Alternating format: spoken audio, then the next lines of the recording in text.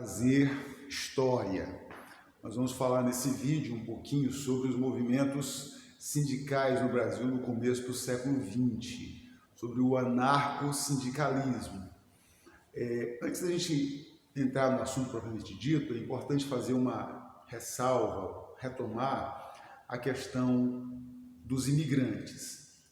Então, no século XIX, o Brasil recebeu muitas levas de imigrantes, especialmente vindos da Itália e da Alemanha e também da Polônia, que são países ali da Europa Central, Itália, Alemanha, Polônia, Áustria, que eram os principais origens dos nossos imigrantes. O que estava acontecendo com eles antes de virem para cá? O que aconteceu na Europa antes de virem para cá? No século XIX, a Europa sofreu um grande surto de desenvolvimento industrial, que é muito conhecida como Segunda Revolução Industrial.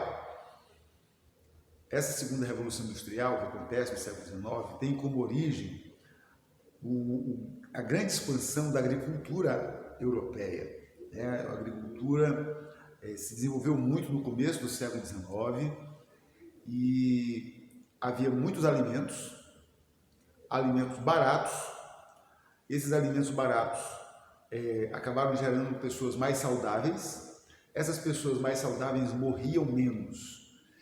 E quando seus filhos nasciam, também não morriam. Então você teve uma curva, a gente vai verificar na Europa, uma curva ascendente da formação, da composição da população. Muita gente, a população europeia cresceu muito. Ok. Quando a população cresceu, essas pessoas compravam, essas pessoas vendiam, essas pessoas iam ao mercado. Isso vai acabar criando condições para que os industriais europeus peguem parte desse lucro, acumulem para substituir aquela extensiva mão de obra que era ocupada nas fábricas por máquinas muito sofisticadas, máquinas muito modernas.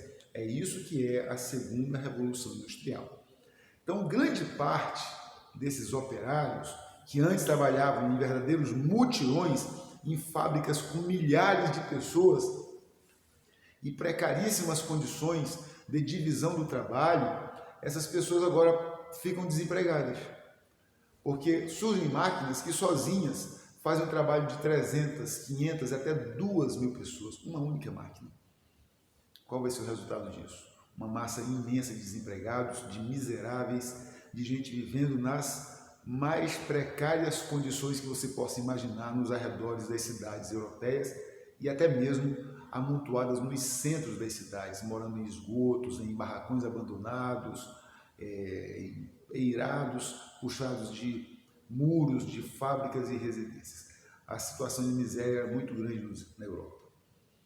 Nesse contexto, surgem algumas ideias na Europa, as chamadas ideias socialistas. Então, pessoas como Karl Marx, Friedrich Engels, Saint-Simon, Leblanc, Charles Fourier, começam a pensar quais são as origens desses problemas sociais, de tanta gente miserável, e começa a propor solução. E a principal solução que eles vão propor é o socialismo. Transformar os países europeus em nações socialistas. Essa parecia ser uma excelente ideia para aquela massa de trabalhadores que vivia na pobreza extrema, absoluta, quase na miséria. Mas, para os burgueses que eram donos das fábricas, essa ideia não parecia muito plausível, não era interessante. Eles teriam que entregar suas fábricas para os governos dos seus próprios países, e esses governos iriam gerenciar as fábricas e distribuir o lucro entre os trabalhadores, sem que eles tivessem direito de acumular suas fortunas. Então, o que aconteceu? Para resolver o problema, eles começaram a desenvolver políticas financiadas pelos bancos dos burgueses para, entre aspas, exportar população.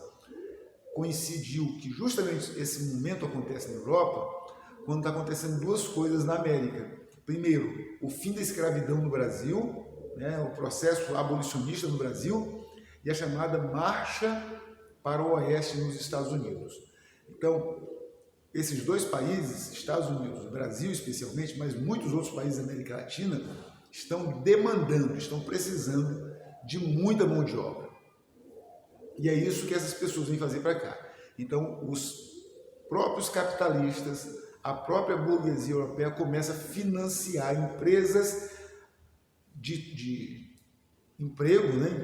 Agências de emprego, para trazerem italianos, alemães, poloneses e austríacos para o Brasil, para o México, para o Chile, para a Argentina e também para os Estados Unidos. Então essas pessoas chegam aqui já, por assim dizer, entre aspas, contaminados, já tomados pelas ideias socialistas, ok? Então esse é o primeiro ponto, essa é a origem do nosso trabalhador.